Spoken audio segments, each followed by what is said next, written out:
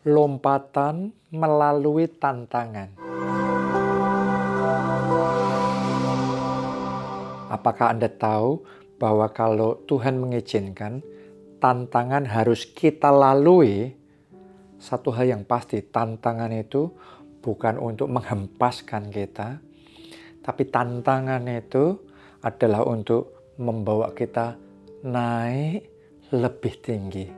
Karena itu firman Tuhan dalam Yakobus 1 ayat 2-4 tuh ngomong begini.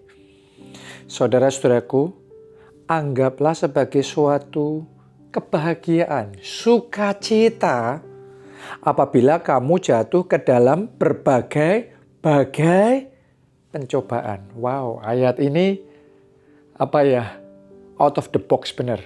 Orang kalau datang ke pendeta ngadepin masalah, itu bukan bahagia, bukan sukacita, seringkali berbeban berat. Tapi ayat ini ngomong begini, kalau kamu punya masalah banyak, anggaplah sebagai kebahagiaan. Anggap itu blessing, anggap itu satu sukacita. Kenapa? Sebab kamu tahu bahwa ujian terhadap imanmu itu menghasilkan ketekunan. Dan biarkanlah ketekunan itu memperoleh buah yang matang, supaya kamu menjadi sempurna dan utuh dan tak kekurangan suatu apapun. Ternyata ada blessing yang besar, ada berkat yang besar di balik semua tantangan yang kita harus lalui di dalam kehidupan kita. Oke, that is the purpose, itu adalah tujuan dari tantangan. Kalau itu harus kita hadapi. Oke, nah saya bagikan sama saudara 5 blessing menghadapi tantangan. Nomor 1, tantangan akan membentuk karakter kita jadi tahan uji. Betul? Ya. Roma 5 ayat 3-4. Dan bukan hanya itu saja, kita malah bermegah juga dalam kesengsaraan kita, karena kita tahu bahwa kesengsaraan itu bukan kenyamanan loh ya. Kesengsaraan itu menimbulkan ketekunan. Dan ketekunan itu tahan uji, dan tahan uji itu menimbulkan pengharapan. Makanya susah banget buat anak-anak manja yang semuanya serba gampang dan enak untuk tekun, tahan uji. Kayak gitu-gitu tuh susah. Karena ketekunan kita mau ditimbulkan oleh apa? Masalah. Ditimbulkan oleh tantangan. Ditimbulkan oleh kesengsaraan. Nah ini, saudaraku. Jadi kalau dalam hidup kita ngalaminya situasi serba susah, Anda harus tahu itu diizinkan. Kenapa? Karena Tuhan sedang menempa karakter kita supaya kita punya kualitas tahan uji, supaya kita punya resilience yang kuat dalam hidup kita. Nanti di babak berikutnya Anda ngadepin masalah apapun, persoalan sebesar apapun mendatangi saudara, you are ready. Anda sudah siap. Kenapa? Anda sudah membangun inner strength, karakter yang resilient, yang kuat menghadapi apapun. Bisa. Anda bisa bertahan. Anda bisa menang. Itu yang saya alami. Dan Tuhan izinkan pada waktu itu, ketika saya perintisan gereja pertama yang saya mulai di kota Jogja. Saya ngalami proses. Saya ngalami yang namanya ditunjuk-tunjuk, dimaki-maki, disalah-salahin, diperlakukan dengan sangat tidak baik. Ya, dan itu pada waktu itu bukan hal yang mudah buat saya. Tapi ternyata semuanya itu diizinkan Tuhan. Ya, kenapa? Karena Tuhan melihat jauh ke depan bahwa saya akan menghadapi berbagai macam orang, berbagai jenis orang. Kalau ngadepin yang kayak gini saya sudah keok, apalagi ngadepin yang lain-lain itu. Saya nggak mampu, nggak bisa. Ya Daud untuk bisa menghadapi Goliat harus diizinkan ngadepin krocok-krocoknya Goliat dulu. Ngadepin singa, beruang, serigala. Ya, mereka levelnya binatang. Kalau Goliat ini bukan cuma kuat dan powerful, tapi bisa mikir, saudaraku, karena manusia. Itu sebabnya Tuhan menempa Daud dengan serigala, dengan beruang, dengan singa, dan macam-macam itu. Karena Tuhan sedang mempersiapkan kekuatannya Daud menghadapi yang lebih besar. Karena Tuhan punya rencana yang lebih besar dalam hidup Daud. Oke. Jadi sekarang itu saya tahu dan saya bisa bersyukur sama Tuhan. Dulu saya diizinkan ngalami gini gitu dan macem-macem itu, menghadapi orang-orang yang aneh-aneh. Karena Tuhan punya rencana yang lebih besar. Tuhan mau membawa mengalami kemuliaan yang lebih besar. Dan Tuhan persiapkan saya. Dan ketika saya ready, semuanya itu terjadi dan digenapkan dalam hidup saya. Jadi anggap sebagai suatu kebahagiaan kalau jatuh di dalam berbagai pencobaan. Kalau ngalamin yang tantangan macam-macam itu, karena itu hanya akan menempa resilient saudara. Karakter saudara, tahan ujinya saudara, ketekunannya saudara ditempa melalui semuanya itu. Oke ya, bersyukur ya kalau lagi ngadepi masalah itu. Yang kedua, berkat dari tantangan adalah tantangan atau tekanan akan memunculkan potensi yang tersembunyi. Tadinya kita nggak tahu itu ada. Gara-gara dipepet, gara-gara digencet, muncul hal yang tidak terduga. Talenta yang kita nggak sangka itu ada, tapi wow, itu wow banget. Kita baca 2 Korintus 4 ayat 7-9. Tetapi harta ini kami miliki dalam bejana tanah liat, supaya nyata bahwa kekuatan yang melimpah-limpah itu berasal dari Allah, bukan dari diri kami. Coba Anda renungkan. Ya, bejana tanah liat itu cara membentuknya itu diinjak-injak, ngalami proses yang berat sekali, tekanannya luar biasa. Tapi ternyata di situ untuk menunjukkan kuasa Tuhan yang berlimpah-limpah itu. Oke, jadi seringkali kalau orang dalam kondisi kepepet, kadang-kadang kepepet itu bisa jadi jalan Tuhan loh. Untuk membawa saudara pada rencana Tuhan yang Anda belum tahu, masih tersembunyi. Anda belum pahami sekarang ini. Contoh nih, yang dialami oleh Pak Obadja. Pak Obadja sudah cinta Tuhan, melayani Tuhan, sungguh-sungguh sama Tuhan, selalu memberikan yang terbaik buat Tuhan. Tapi diizinkan loh mengalami kebangkrutan dalam bisnisnya. Coba masuk akal nggak? Kadang-kadang orang kalau sudah kayak gitu terus kecewa sama Tuhan, nyalain Tuhan. Tidak dengan Pak Obadja. Tetap mengucap syukur, tetap cinta Tuhan, tetap memuji Tuhan. Tapi ternyata itu jalan Tuhan loh saudaraku. Jadi tidak semua kebangkrutan itu jelek. Ada kebangkrutan yang dipakai oleh Tuhan dalam case-nya Pak Obadja ya. Kebangkrutan itu dipakai oleh Tuhan untuk memaksa Pak Obadja terjun di dalam pelayanan sepenuh waktu. Anda coba renungkan itu. Kalau nggak dipaksa bangkrut dulu, mungkin nggak pernah Pak Obadja jadi pendeta sepenuh waktu. Jadi waktu yang selebihnya yaitu untuk pelayanan. Tapi kan sebagai pengusaha kan harus ini ya, all out juga ya. Gitu. Nah ini diizinkan bangkrut supaya fokusnya di dalam panggilan Tuhan dalam hidupnya. Yaitu jadi pelayan Tuhan, hamba Tuhan sepenuh waktu. Dan di situ Pak Obadja jalan masuk dalam rencana Tuhan.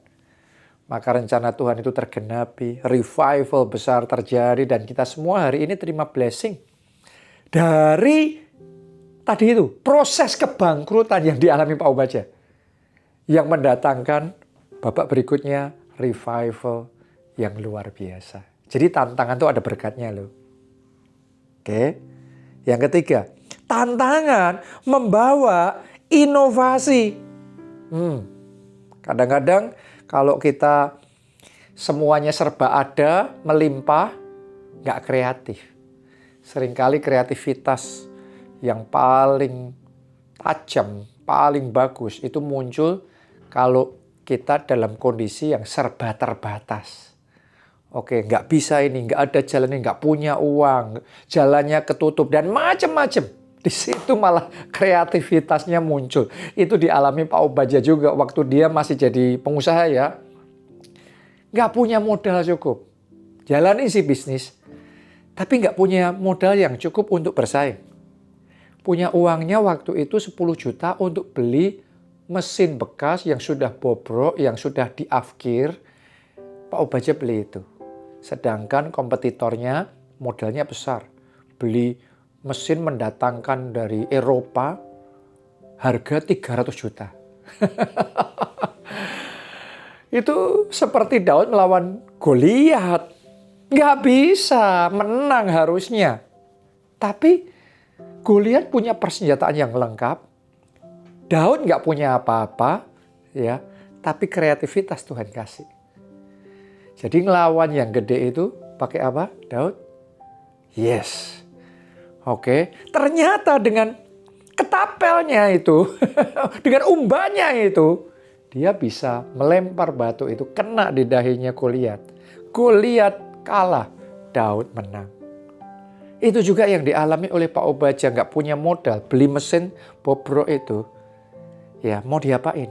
Dia berangkat ke Jakarta, ikut pameran mesin-mesin, dan di situ karena Pak Obadja mungkin pembawaannya kayak pengusaha gitu. Jadi semua sales yang ada di situ berusaha ngejual mesinnya mereka. Dan Pak Obadja pakai kesempatan untuk belajar. Oke, mesin ini gimana? Cara kerjanya gimana? Dia tanya dan dijawab dengan baik, dilayani dengan baik. Dikasih buku-bukunya, manual tentang mesin itu. Kumpulin semuanya buku itu. Balik ke kotanya, pelajarin itu. Dan dia pakai itu untuk membangun ulang mesin bobrok 10 juta itu. Muncullah inovasi, kreativitas, dan itu bisa disulap jadi mesin yang canggih sekali yang dibandingkan dengan mesin 300 juta dari kompetitornya. Produktivitasnya sama, kualitasnya sama, tapi yang sini harga 300 juta, yang sini harga 10 juta. Jadi sama-sama produktivitasnya sama, sekarang cost-nya lebih rendah. Itu sebabnya bisa menjual barang dengan lebih murah. Dan karena itu berhasil. Karena itu menang dalam persaingan. Coba saudara renungkan. Nggak selalu loh modal yang lebih banyak itu selalu menang. Bisa jadi Anda terbatas. Tapi di tengah tekanan dan keterbatasan itu, Tuhan berikan kreativitas, Anda lebih menang. Coba Anda renungkan, buat kompetitornya itu, dia bisa punya uang, beli 300 juta, tapi kan nggak bisa bersaing harga, karena di sini produktivitasnya sama, tapi cuma modal 10 juta. Jadi jangan mikir dulu kalau kita kalah modal, kalah kenalan, kalah ini itu selalu kalah. No. Tekanan bisa Tuhan pakai untuk membuat kita lebih kreatif, lebih inovatif. Dan di situ kita bisa lebih maju dalam hidup kita. Oke, yang keempat. Tantangan seringkali membawa kita lebih dekat sama Tuhan. Jujur, benar nggak?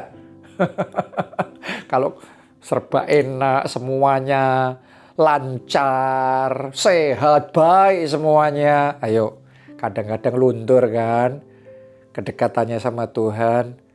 Tapi saat badai menerpa, tantangan bertubi-tubi, di situ kita pegangan kuat-kuat sama Tuhan, kita mendekat sama Tuhan.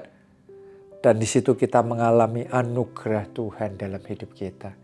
Anda yang sedang menghadapi tantangan sekarang, saya ajak, ayo deket-deket sama Tuhan ya. Banyak-banyak deket sama Tuhan, banyak-banyak bangun hubungan pribadi, banyak-banyak doa dan firman, banyak-banyak masuk dalam hadirat Tuhan, memuji, menyembah, naikkan ucapan syukur sama Tuhan. Dan saya mau ngomong sama saudara, Tuhanmu tuh kuat loh. Tuhanmu tuh kaya loh, Tuhanmu tuh berkuasa loh. Anda dekat sama pribadi yang satu itu. Dia hanya sekali berfirman saja, beres semuanya masalah itu. Dan mujizat besar akan terjadi dalam hidup saudara. Ayo mendekat sama Tuhan. Yang kelima, yang terakhir ya. Pemimpin sejati ditempa melalui tekanan. Yes, kadang-kadang orang berpikir jadi pemimpin itu wah enak, gampang, di atas. dipuji, dihormati, bla bla bla bla bla bla. Tapi saudara harus tahu gini ya. Jadi pemimpin itu saudaraku akan diuji dan ditempa melalui semua tekanan yang ada. Ya, karena saat badai besar datang, di situ ujian pemimpin yang sejati. Saat krismon melanda dunia. Zaman itu ya, krismon 98. Terus ada kerusuhan macam-macam. Nah itu, leadership diuji di momen-momen yang kayak gitu tuh. Oke, ya saya masih ingat saat gempa Jogja terjadi. Wah itu leadership saya juga diuji itu. Ya, terakhir kemarin. Saat pandemi datang kuat sekali menghantam seluruh dunia lockdown. Itu leadership dari setiap gembala sidang di dunia sedang diuji.